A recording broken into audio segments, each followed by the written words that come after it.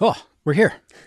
Just like that. It's like a time warp. It's a time warp. That's probably my favorite of the intros. Where's our music? Jeez. Oh, you need redo. It's been a very long week, so Happy Friday. happy Friday. Hope everyone had a wonderful week.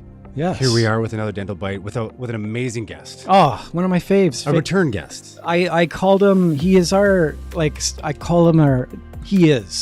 poster boy. He's the man. He is the man. Yeah. Whether he likes it or not. I can hear him laughing in the background there. Yeah, he's muted, so. But yeah, without further ado, let's just get him on here. Let's bring him in and get into chatting. Dr. Faraj Edher. All right. You gotta have like the round of applause. Golf clap. There's not enough people there though. We need more people cheering. I need a bigger audience. How you doing today, Faraj? Good. What's up, guys? How's it going? It's good. Oh yeah, it's been good. Good. We're having fun as usual. Yeah. You guys definitely have two things: the best intro to a dental podcast and the best setup for a dental podcast. It's awesome. Oh, thank you. That means a lot coming from the guru of digital. Yeah. So thank you. that That's was a really huge cool, compliment. Yeah. We'll send you the $20 in the mail. Yeah. Check the email. Yeah. So we've been busy, obviously. What about yourself? How are things? It's been a while since we've chatted. Yeah, things are great. Busy too, and just moving along with things. Awesome. Very cool. You were just on vacation, looked pretty awesome. You're super jealous. The spot that you like, next time you go somewhere, you got to bring us like that. I know you went to Montreal with Tyler though. So yeah, I've got air miles. I can fly. Yeah. Yeah. Anyways. No, it was beautiful. It was nice to get some open, water again. That you could swim in, because that's kind of probably one of my favorite things to do in the world, like water sports and just being by the water and the beach. And so that was really awesome. Remember, yeah, you were saying last time that you enjoyed jet skiing. Do I remember that correctly? Yeah. Any type of water sport, like anything to do with water, I'm down. Awesome. So here's a question. Like obviously we've been through this pandemic now for a number of years, and hopefully we can see the light at the end of the tunnel now, fingers crossed. But like, because we haven't been able to go anywhere warm, like in 2020, we had to cancel our Mexico trip. The year after, we couldn't go to Mexico. We want to get away on a few tropical vacations, and we couldn't. So here we are 2 years after the fact almost, and we haven't been anywhere warm or tropical. But you have, and I know that's awesome for you, and I'm jealous. But does getting out and going somewhere warm, a nicer, different climate, like, does it really sort of, what's the word I'm looking for? Does it really help you relax? Like, I can stay at home and have a vacation and try to unplug or whatever, but I think that there's something to going to a location where it's warm and you get to kick your feet up. Is there like a physiological or a chemical response that your body has that makes you actually relax better? Do you think? I 100% think so. It's not the same. Like, you can take all the time you want, but being in a tropical setting by the beach with the sand and the water is just, I don't know, it's just a different thing. And yeah, it was good to get back to it. The one thing I will say is, because it had been so long, like I was used to, like you said, probably once a year, try to find time to go somewhere warm and spend time by the water. But it had been a couple years, so I got sunburnt a lot faster than I ever have. I think it's because my skin was so used to not seeing sun as much. So that's just a warning. Extra sunscreen when you do get out again. Good tip. And I'm that Nordic shade. Yeah. Like the northern Tyler has from Ireland shade. He's got two tones, white and red. Well, I call it frog belly white. It's not even white. It's like a translucent white. Yeah. Like my face gets so pale you can see through it almost. Oh. Okay, enough about me. But no, that's cool. SPF 200.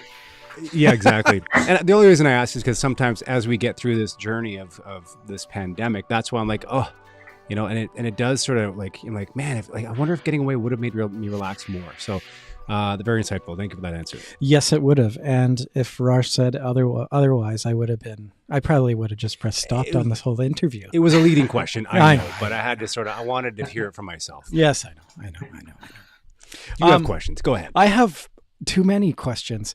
Faraj, is there's no doubt about it. You're influencer level online. You're heading up all of these wonderful things like the BC Study Club and your work with the Digital Dentistry Institute. I wanted to pick your brain today on I know that you were mentioning that 50% of your patients are coming in via referral, which is awesome. But the other 50%, I was maybe a little surprised to hear that they're coming in directly off the street. And now kind of wanted to pick your brain on like, where are they coming from? What are you doing to find those people? How are they finding you? Yeah, that's a question that can be answered in 100 different ways. But I Perfect. I think you nailed it when you said, I think there's a misconception when it comes to what influence means, like especially online. And to me, it really just boils down to one thing, which is reputation. And reputation is not something new, right? Like we have been, like we've cared about reputation forever as human beings. It's just that now we have the ability to have that reputation spread a lot easier through online channels, as opposed to you being limited to the people that you get to actually interact with face to face. And that's truly how I think of online presence, right? I'm personally not a believer in any sort of short-term marketing in dentistry. That's just my take on things. I believe more in long-term brand building, and brand really does just mean reputation building. So the same way you would build your reputation in real life, by being honest, by being consistent, by caring, by providing quality services to the people that come to see you, it's just being able to express that through online platforms. And that's pretty much what I've done. And over time, what that does is it builds trust, and it also builds familiarity. So patients come in feeling like they already know what it is that we stand for. They already know what our values are. They already know what it is that we take care of and pay attention to more than other things. So it's also really challenging to be able to isolate things into one thing or another. I believe that online presence is a combination of things. So it's not what you do on YouTube versus SEO on your website versus what you put out on Facebook or whatever it is. I think it's just all of that coming together. Because as a human being, what you do is you come across someone, and especially if it's something that's really important, like your smile, right? You're not going to hopefully you don't make a decision on a whim, right? You're going to do your research. You're going to look into the person. You're going to look into the clinic. You're going to look into the results. So that's where all of the different platforms come into play. When someone finds me and comes across my platform on Instagram, the first thing they're probably going to do is then check the website, read the Google reviews. They might have a question that they'll find the answer to on YouTube. So that's, to me, how it all ties in together. And at the end of the day, the goal is not to bring people in for me. The goal is to position myself as a resource and as someone who can help in an area that I consider myself to be an expert, which is prosthodontics. And then when someone needs that at some point in their lifetime, in their dental journey, I'm potentially someone that they'll look for because they've already come across my platform and gotten to know who I am. That's cool. Yeah, that's that really summarized, like that really encapsulates everything that you're. Yeah, that was nice talking to you. Well. And well, that's our show for today. So that translates, like, as you were saying that, like, I pictured what you're putting out there, and that's what I feel, and you're doing it very well. I was kind of scrolling as you were talking there too. I was trying to absorb what you were saying while I was looking at your Instagram, and you're right. Like, you're really kind of blending the confidence, the personal story, and I really am coming here to source out a resource for my dental needs, whether it's like I'm looking for a crown or veneers, or if I just want to improve my smile in some way. Maybe I don't know how I want to improve my smile. I would come to you and say, hey, you know what? Like, is there something I can do here aesthetically to make my smile a little, whatever the descriptor is. Also too, like, with that all being said, where are you finding the most eyeballs? Is that, like, I see you posting everywhere. I see you on LinkedIn. I see you on Instagram. Which channel do you see the most traffic coming from? And is it all organic? Are you putting a couple dollars into social media as well for advertisement? Um, Yeah, so again, it's really hard for me to track where exactly people come from. I would say if I had to choose one platform where I directly get, for example, leads, that'd be through Instagram, through my Instagram. And I think a part of that is Instagram is very visual, and a lot of what we do, or at least what we Yeah. do in prosthodontics, is something that can visually be expressed in Hmm. photographs and videos. So Instagram's definitely been a big one for me. Most of the stuff that I do is organic. I do spend on SEO, so Hmm. that's something that I do have a monthly budget for. And then on occasion, and this is more for educational purposes more than it is directly to patients, so it's more for the study club and DDI related things. I'll run paid ad campaigns on Facebook and Instagram as well to Hmm. announce about certain workshops or certain online webinars that we're conducting and get interest through there. It's I haven't done that as much for general public awareness and things like Hmm. that because just certain things related to algorithms online don't really allow you to, I think, take advantage of that as best as possible. It's just there's certain algorithms when it comes to um, personal health and also using, like, for example, before and after images and things like that, Hmm. which are limiting. So I haven't had as much success with that. Most of the stuff that I've been doing is more organic and just reaching people through the stuff that we post and the education that we do, and then answering questions. That's been a big one. So I get more than anything messages from people from all over the world, including Hmm. BC and Canada and so on, where they see something and they just have a question and they're like, "Hey, I've experienced this. What are my options here?" And there's only so much, obviously, we can do online, especially on a message chat thing. Right. But it does allow us to answer basic questions. It does allow us to give people a general idea of where they're headed, who they should see, Hmm. because that's also another part of building an online platform. It's that you don't necessarily get just the type of patient that you're looking for. So I actually end up, out of the people that come to see me initially for exams or consultations, I probably end up referring maybe 30 to 40% of them to family dentists in the Hmm. community and orthodontists. Those are the Right. two main kind of professionals that I have referred to through people that come to see me from online, because they Hmm. come in saying, "Hey, I saw online that there was this amazing smile makeover and I want the same."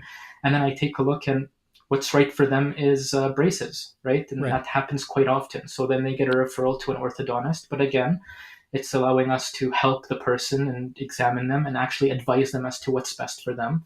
Yeah, Same totally. applies to, for example, family dentistry. A lot of people come in and they're like, "I haven't seen a dentist in 5 years. What can you do to help me?" And when you Right. take a look, you realize that what they really need are cleanings and fillings and things like that. So then they get a Right. referral to a family dentist. Right. That makes sense. And then I'm sure in return, you're seeing those clinicians send people your way as well. So that's the beauty of our community, right?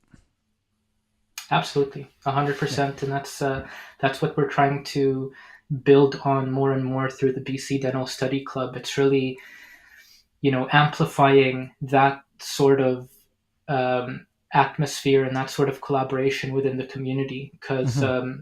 it really is just a collaboration. Like, at the end of the day, we all want to serve our communities and help our patients. And I tell my patients all the time, you're going to see Dr.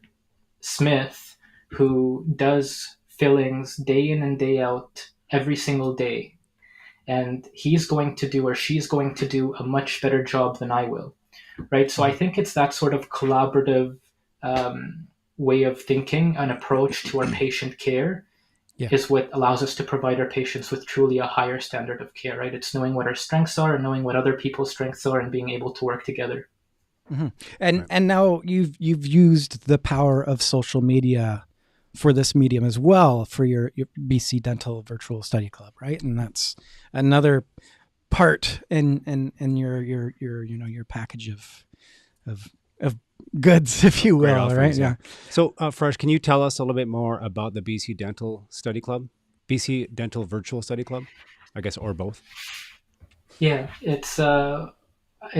So the BC Dental Study Club actually was something that I started in March of 2020. So March of 2020 is a symbolic time for all of us, right? That's when things went down.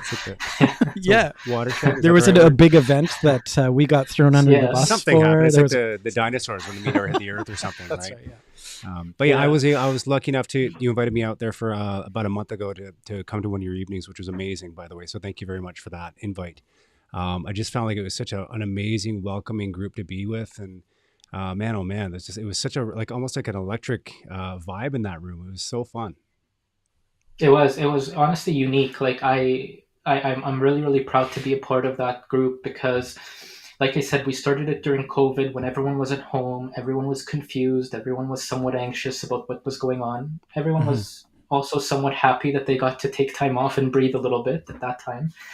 But I felt like at that time there were so many online events happening for dentistry. Everyone was running a webinar, right? Everyone was running a webinar and some sort of seminar and something. Totally, yeah. It's still happening. 8 hours a day, another webinar. Oh my god. But the thing that was missing, I think, was the community element to things, right? Because those webinars, and that's one of the beauty of online webinars, is you can join a webinar anywhere in the world.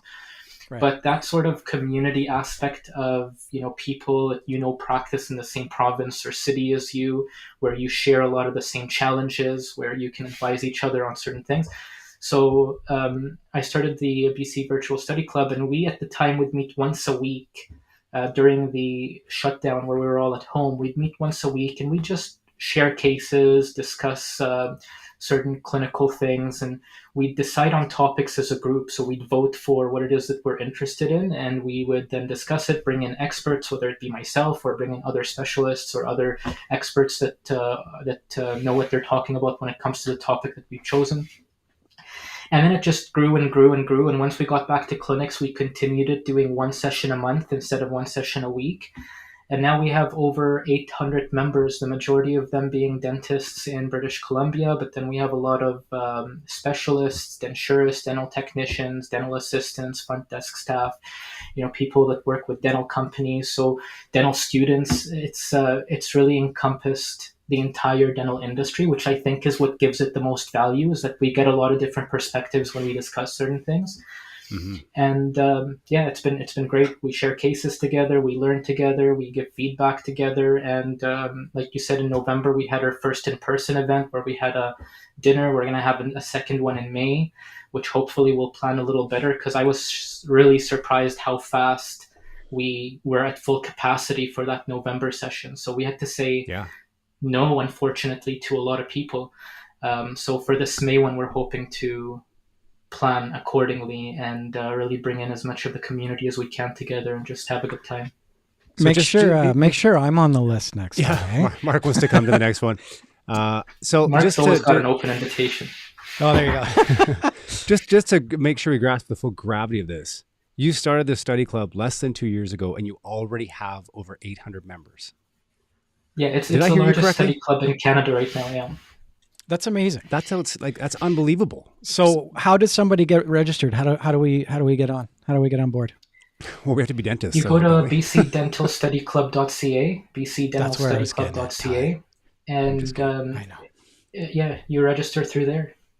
Yeah, there you go. Cool. So bcdentalstudyclub.ca, it's all on here. So like you said, comprehensive lectures, case discussions, treatment planning. Yeah, it's all on here. So you got to update the number from 700 to 800 on here. Yeah, I do. That's awesome. Cool. And then, of course, you're still involved with DDI at this point?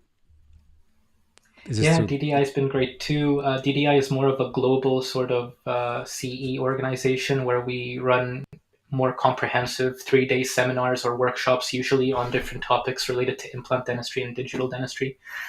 Gotcha. That slowed down to some degree over the past couple of years because a lot of what we did involved traveling to different cities and different countries. But one of the really cool things we did at DDI was we built an online platform that's kind of brought together the digital world and the traditional world. So we run these programs where we send kits to the participants' homes where they have models and handpieces and anything they need to follow along with the step-by-step training that's available online, and they can do it on their own time.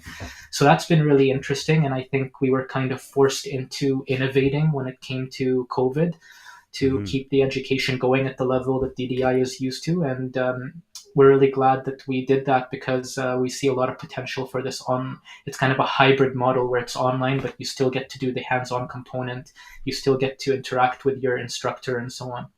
Yeah, it's cool. I remember talking to one of my clients about it, and she was saying, yeah, it's so cool. We get the model sent to our house. And I was scratching my head going, this sounds like something Faraj was doing. And she's like, yeah, Faraj Edher. So how does really cool. How does somebody get involved with this? And Tyler, I might know, but I'm going to let her. I'm guess. sorry. That was... I know. How does somebody get involved with DDI? How it's and what and how, like, what is somebody going to get out of it when they join? Well, DDI has two streams of education. We have our implant training. So if any dentist is interested in placing or restoring implants, we have very, very comprehensive programs that focus on that. We have them scheduled all across Canada this year. So we're back to the in-person stuff. We're doing it in Vancouver, I believe in Edmonton, definitely in Toronto and Montreal. And that's all on ddidental.com. And then for the online programs we were talking about, that's available on demand, right? So you can sign up, you get the kit sent to your home or your clinic, and then you can do that on your own time. And that's all at, you can also find it on ddidental.com or online.ddidental.com. Cool. Very cool. Awesome. And then, of course, we have your website, which is vancouverprosthodontist.ca, which is all about you. That's me. Cool. Yeah. Very cool. All right. Well, Awesome. Off on the tangent. That's good. Right? Just We're like I keeping said, our tangents to a minimum today. it's We're a minimum. pretty good Yeah, with that's this. good. But this was important stuff. This was important stuff when we definitely wanted to cover these things too. Okay, so now we've found this patient. Okay, we're going back in time here. We've found this patient that wants your services. What does a consult look like? Talk to us about teledentistry, how you're using that tool, and any other awesome tool that you're using to talk to that patient, talk to them about what they're looking for and what they want to get out of dentistry. Yeah, so teledentistry has been great, considering that what I do is specialized in the sense that I really focus on complex reconstructions and like aesthetic makeovers. So a lot of my patients are from the Lower Mainland, but a lot of patients come in from all across BC. I have a lot of patients that come from Alberta, and I have patients that come from as far as Ontario. So for patients that do have to travel to come see me, the virtual consultations are really useful because what they do is they save them a trip, number one. But number two, they give them the information they need to make an initial decision as to whether this is right for them or not. It's obviously not as detailed as when they come in, but we get to talk about what's going on, what the treatment options are, approximate costs, approximate timelines. If they're coming in from, let's say, Alberta, then how many trips will they have to make? How long will they have to stay? So they get all that information over a 30-minute online, similar to this, meeting. And we get to go through all that. So if it's not going to be a good fit for them, then they've saved themselves a trip to Vancouver. And if it is going to be a good fit for them, then they're a lot more confident taking that next step for booking their really comprehensive examination when they come in person. And we usually combine that with also taking records. So that's really the beauty of teledentistry and being able to run these virtual consultations is it allows you to really utilize your chair time a lot more effectively because you've taken a lot of the talking out of the way because you've done that already virtually. Right. So this patient, let's say, is wanting to have a smile makeover done. We have our initial meeting. We talk about the process. I get an understanding of their expectations and their needs, and we decide that they're a good fit for whatever it is that we decide on doing treatment plan-wise, give them an idea of cost and timeline. they decide to book their trip and come over to have the consultation done. That consultation is where we do our comprehensive examination, things that can really only be done with the patient sitting in the chair. And then we also take all of our records, which includes digital photographs, intraoral scan, so a digital impression, cone beam CT if we need a three-dimensional X-ray. And we're able to now start to communicate with the patient what it is that we hope the outcomes to be, right? So tools like virtual smile design, that's been an amazing tool to use for patient communication. And one thing I always tell people is it benefits me just as much as it benefits the patient. So it's not only me being able to communicate with my patient better, it allows my patient to communicate so much better to me because they can point at something and explain to me what they like and they don't like. And during the consultation, the only thing I'm trying to do is see the patient's end result through their eyes. If I'm able to do that, then half the success is there. We're already halfway to the successful outcome. If I'm able to truly understand what the patient wants to see at the end of the day when they smile, that's really the most challenging part, and that's really the part that requires the most sophisticated sort of communication between myself and the patient. And that's where virtual smile design significantly helps. Because once I do see through the patient's eyes what it is that they expect the outcome to be, I'm able to very clearly explain to them how we can get there or why we cannot get there, right? Because sometimes there's false expectations as to what it is that you want to see that aren't practically possible. So again, virtual smile design, really, really useful to be able to have those conversations in a lot of detail that would be impossible to do just verbally. And that's all something we can do during that initial visit when patients come in if they've already been screened by teledentistry. Oh, that's awesome. That's such an effective tool. That really translates the power of it. So yeah, thanks really for does. that. That's awesome. And it's nice to really get an understanding of the scope of what the journey is going to look like, right? To say, look, I know I want a better, more aesthetic smile. I just don't really know like what this journey looks like. So to be able to have that face-to-face conversation with someone, to really have a two-way conversation, a dialogue about their oral care or about what they're trying to achieve, I think that's a really powerful thing. Super powerful. Yeah. And it's also being able to back it up with the results. That's what that I feel is like the master combo. It's being able to utilize the technology to communicate and express what it is that we can achieve, but then it's also being able to utilize that technology to predictably achieve those outcomes.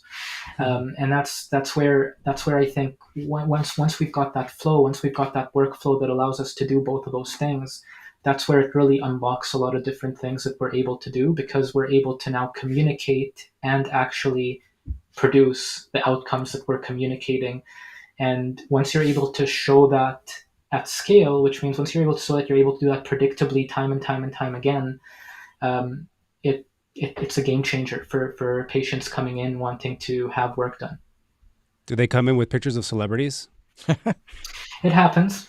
Yeah, and that's actually very useful because I can take the shapes and the proportions, and I can show them what that looks like on their own face virtually. And a lot of times people realize that teeth that look good on Tom Cruise don't look good in your face, so it's not what you're necessarily. Tom Cruise has that one central is like straight down the mid street, isn't it? Like his one. I think he's got the shifted one. Yeah, he's got the shifted midline. Yeah. But I think I remember when he did the clear liners. Well, it was like 15 years ago. He did it, and he was talking about trying to get that fixed. But I think that's when Invisalign really took off, because he was out there talking about it. He was a poster boy. He was a poster boy.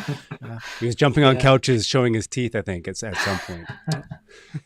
So I think, that kind of answers my what would be my next question is like, what gets that patient across the finish line? And it's just predictable results. You're backed up by your reputation as being the guy to go to for that service.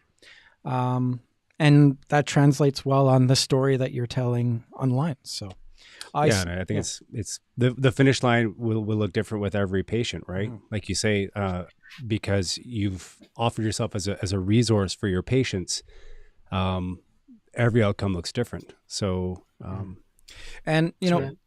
this is a business, right? And I know it's a business of helping people, but a lot of folks have a difficult time just having the conversation, like having the right conversations, I would say, to address a patient's wants or needs, and then having the right tools in place to show them that it's possible, right? Yeah. So Mhm. For sure. I think that's a really, really good point. And I honestly think a big part of overcoming that obstacle is truly seeing the value in what you do. Right? mhm, If you don't truly see the value in what it is that you do for your patient or what it is that mhm. you're potentially offering your patient, then it becomes very difficult to have that conversation, right? But when you Right. truly see the value and you kind of stand behind the outcomes of what you provide, that makes that conversation a lot easier. And that's the other thing that you say, like when we say what brings it all together to get the final outcome, it's I think uncompromised quality. Right. Um, Yeah. I have no problem, and I do this quite often, sending cases back to be remade multiple times. And it's an inconvenience for patients. And obviously that's why a lot of people, and we're talking about, and that's where you want to draw the line is different depending on what it is that you want to get to. But for me, if I've built everything that I do to revolve around quality and the hmm best quality you can possibly get, patients are, yes, disappointed that we've lengthened the time frame for their treatment because we've sent things back. But underlying that, they're actually mm more appreciative than anything else.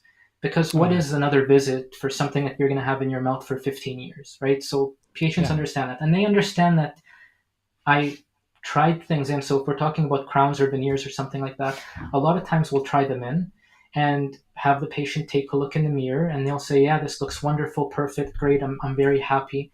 And then I hmm sit them back down and we say, I'm really glad you're happy and I do think it looks great, but there are point one, two, and three that I think we can get just slightly better.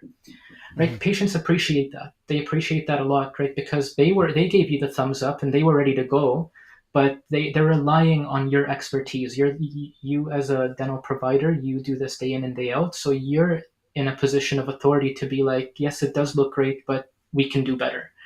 Yeah. And I think that's uncompromised quality. I think is something that's needed to back all of this up, right? And not just let it Mhm. be. It's not just a smile we're putting up on a screen. It's also something that we're implementing with high quality in our patients' overall oral environment. And I And think I because you're documenting it mm, digitally along the way, again, it really just adds to your case to say, you know what, there's a reason we took a scan. There's a reason we took digital photographs. Is so that at the end of the day, when we come back and look and I do find those 1, 2, 3 points that I'm not happy with, I've documented it and it's here for me to look at and go, mhm. yeah, you know what, I can get this better. So Yeah, that's amazing. absolutely. And I was going to say, Faraj, remember we were talking about our OCD, so that plays into it too, right?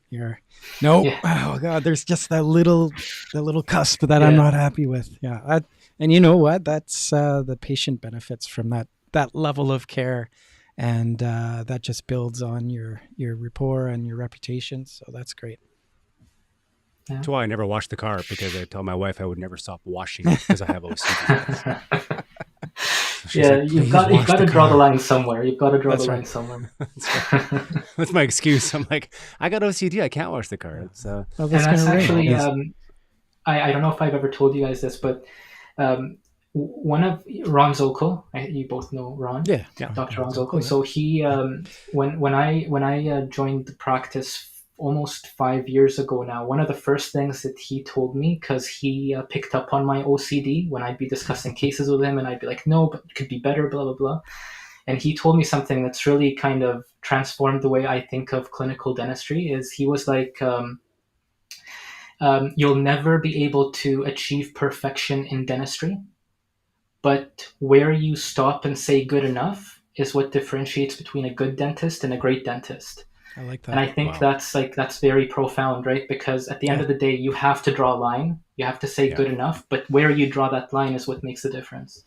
But that last 90, like that last 1% it usually takes the most amount of time too, right? So Yeah, yeah, absolutely. I get that.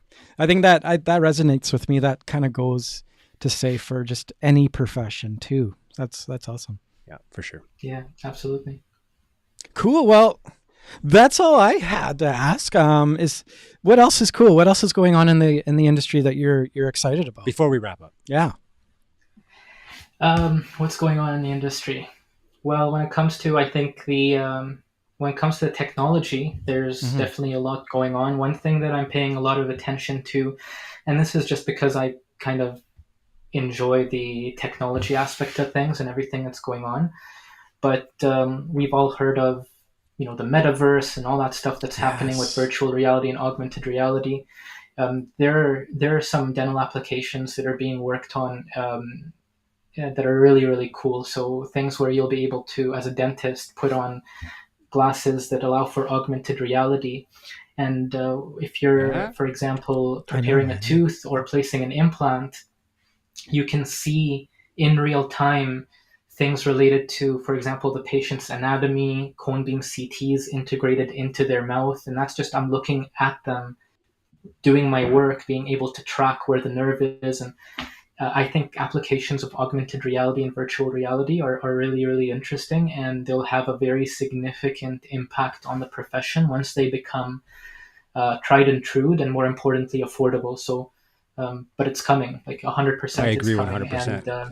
yeah, I'm all over VR right now. I just We're all over VR right now. Like he's got the goggles. I'm obviously yeah. I'm gonna be sucked into buying a pair soon too. When are you taking the BC Study Club into VR?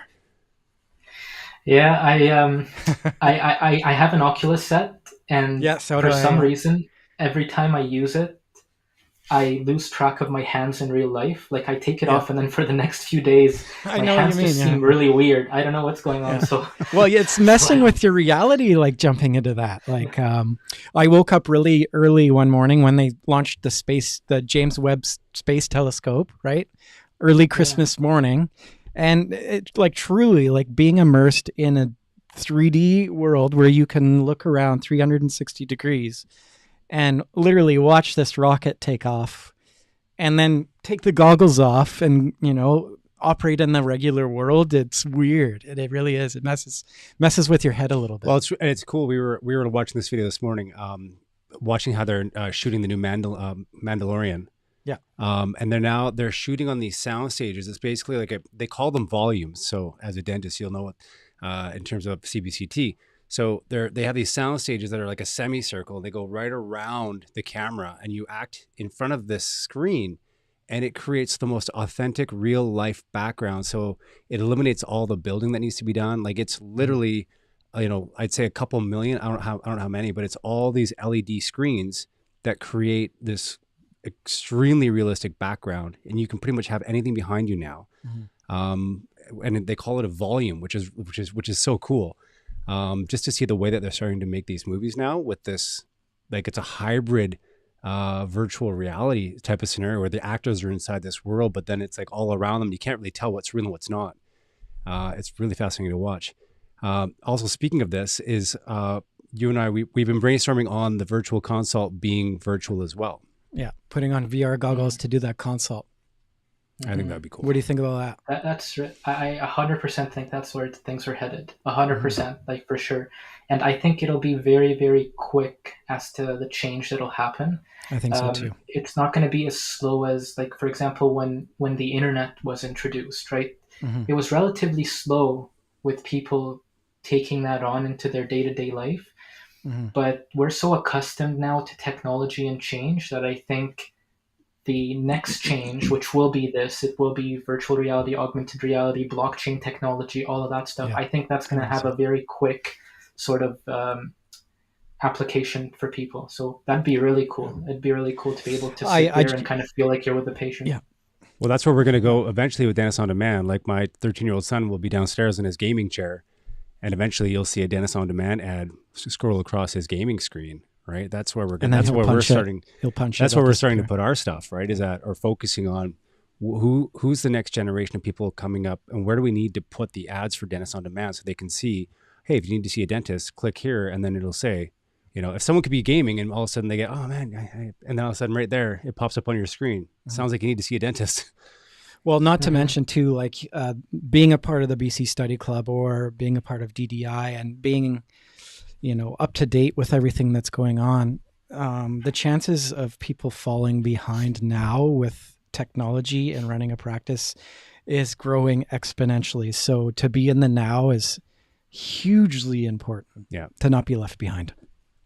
Yeah, I agree with you though. I think people are going to pick it up faster. I think we are in a bit of a state of confusion right now. I think there's a lot of confusion around Web 3.0, NFTs, blockchain, all this stuff. I mean, even like most people are still trying to get a handle on it, but people are also trying to jump ahead of each other and say, I want to be the first to it. Yet I don't really understand it. It's just a matter of time now. Yeah. Yeah.